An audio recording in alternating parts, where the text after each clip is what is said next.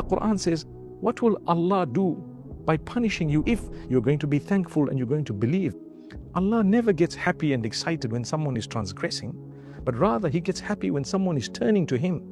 So when you say, oh Allah, forgive me, and you were genuine, one time, everything is wiped out completely. Whatever you had in mind when you said, oh Allah, forgive me, is gone. It is literally out. Now, shaitan might make you doubt. And in Ramadan, they say the shayateen are tied up. But man has been tuned already pre-Ramadan that Allah won't just forgive so easily. Allah forgives very easily. And when I say this, I'm not belittling the sin to encourage you to sin again, because you don't know upon which condition you may die. But I am telling you to give you hope in the mercy of Allah, because we're living in a hopeless world at the moment where everything is so negative. The most positive thing is the mercy of Allah. And if you don't believe in it, you will not be able to enjoy your days on earth. But if you believe in the mercy of Allah and you try to look into ways of achieving it, then you are correct in your relationship with Allah. That should not prod you to do something sinful and say, Allah is forgiving. Some people say, let me do this now. I heard from the Shaykh that Allah is very forgiving. It's okay, He'll forgive me. No, we will never do that. But we will always try to achieve the mercy of Allah, have hope in Allah. Think good about Allah. Think good about the hereafter. You will make it to Jannah. We have a concern. We are worried. We do have an element of fear.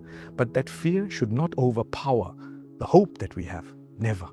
We have a balance of the two in a way that the hope outweighs element of fear. And if there is any fear, it should be directed in the correct way to say, this is fear.